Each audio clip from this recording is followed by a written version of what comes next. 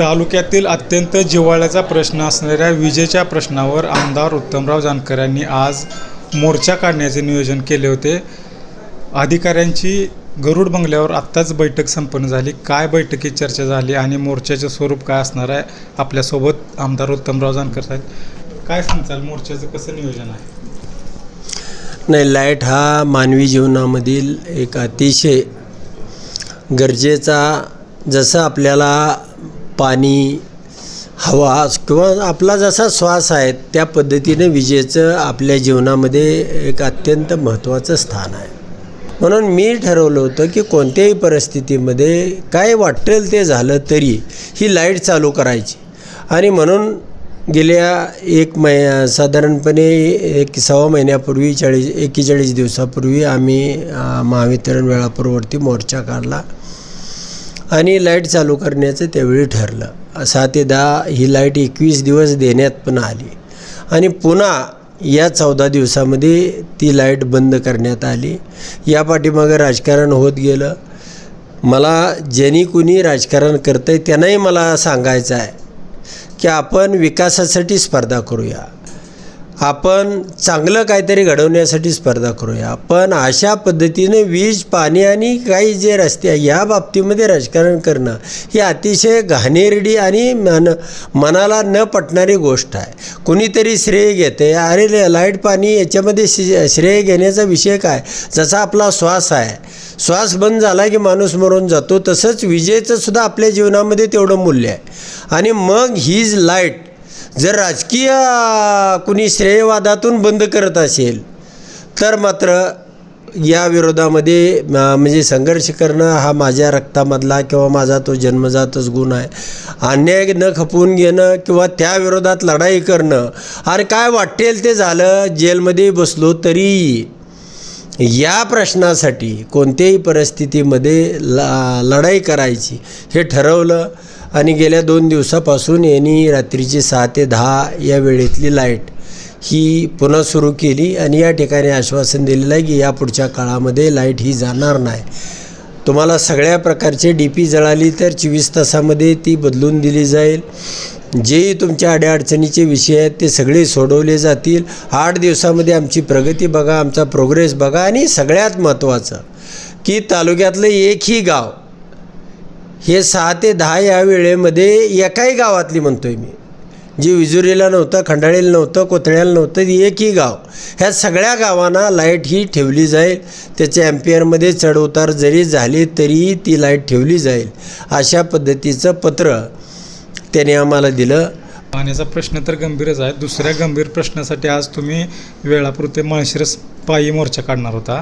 तत्पूर्वी बैठक संपन्न झाली, कोण कोण बैठकीत होतं आणि या बैठकीत नेमकी काय चर्चा झाली? सगळे आमची जिल्हा परिषदेचे सदस्य होते, सभापती होते, पंचायत समितीचे सदस्य होते, तालुक्यातल्या गावगाड्यातल्या सगळ्या प्रमुख व्यक्ती होत्या। आणि चालत जाणं म्हणजे भर उन्हामध्ये फार पायाला चटके बसणार होते, उन्हाचे चटके बसणार होते। पण तोही त्रास या कार्यकर्त्यांनी सगळ्यांनी सोसण्याचा ठरवला होता। म्हणूनच या ठिकाणी सगळी प्रमुख मंडळी आली होती।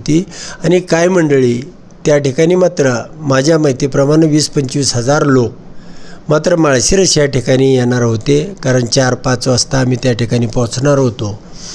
जरी आमदार म्हणून ती माझी जबाबदारी होती, आपल्या पायाला चटके बसल्याशिवाय शेतकऱ्यांनासुद्धा तो विश्वास किंवा त्याच्या काळजाला त्याचा चरका ज्यावेळेला आमदार चालेल, मी लोकांचं एक प्रतिनिधित्व करणारा किंवा मॉडेल हे आहे। जर मला आमदार केला असेल, त्यांच्या मनामधलं मत दिलं असेल, मत देताना त्यांची ती भावना असते की कोणत्याही परिस्थितीमध्ये या माणसाला मत दिलं तर हा आपल्या प्रत्येक अडीअडचणीसाठी धावून येईल, त्यावेळेलाच माणूस मत देतो। आणि म्हणून ही माझी जबाबदारी आहे की या लोकांसाठी अंधारात न ठेवता यांना कोणत्याही परिस्थितीमध्ये वीज दिली पाहिजे। आणि म्हणून या ठिकाणी अधिकाऱ्यांनी येऊन 8 दिवसामध्ये सगळ्या विजेचा सुरळीतपणानं कालपासूनच सुरू केलेले आहे। पण यापुढेही लाईट जाणार नाही, तुम्हाला कायमस्वरूपी लाईट मिळेल आणि तुम्हाला सांगितल्याप्रमाणे यामध्ये आपण प्रगतीचं राजकारण करूया. सगळे मिळून तालुक्यातल्या जनतेला वेटीला धरून कोणतंही राजकारण हे कुणाचंही यशस्वी होणार नाही. त्यापेक्षा चांगल्या पद्धतीचं राजकारण करूया ही माझी भावना आहे. पण आमदार साहेब अधिकारी कोण होते? यापूर्वीही अधिकाऱ्यांनी तसंच आश्वासन दिलं होतं, परंतु ते पाळले गेलं नाही. तालुक्यातीलच अधिकारी होते का वरिष्ठ लेवलचे अधिकारी होते? नाही, जिल्ह्याचे एसी मानेसाहेब होते, एक्झिक्युटिव्ह इंजिनियर गावडेसाहेब होते, सगळे DY होते, JE होते, सगळे अधिकारी या ठिकाणी आले होते आणि त्यांनी सांगितलं कोणत्याही परिस्थितीमध्ये तुमची लाईट आम्ही जाऊ देणार नाही, तुम्हाला लाईट ही देणारच. मग कितीही त्रास होऊ द्या किंवा आमच्या कर्मचाऱ्यांना कितीही त्याच्यामध्ये त्रास घेऊ द्या, पण तुम्हाला लाईट आम्ही उपलब्ध करून देऊ.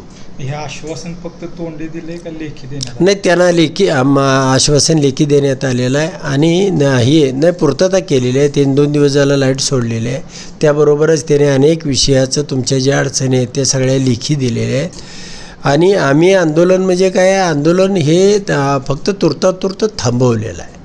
जर नाही केलं तर आठवड्यानं मात्र आम्ही ताकदीनं निघू आणि मग मात्र आरपारचीच लढाई होईल. अगदी बाजसुद्धा संघ घेऊन जाणार आहे. 8 दिवस लागो 4 दिवस लागो त्या ठिकाणी किंवा सगळ्या तालुक्यात उद्रेक हो, आम्हाला लाईट मिळाली पाहिजे ही आमची प्राथमिक मागणी आहे आणि ती गेल्या 50 वर्षापासून आहे त्यावेळेला. आणि इथं रात्रीचा सूर्य नसतो म्हणून लाईट आली.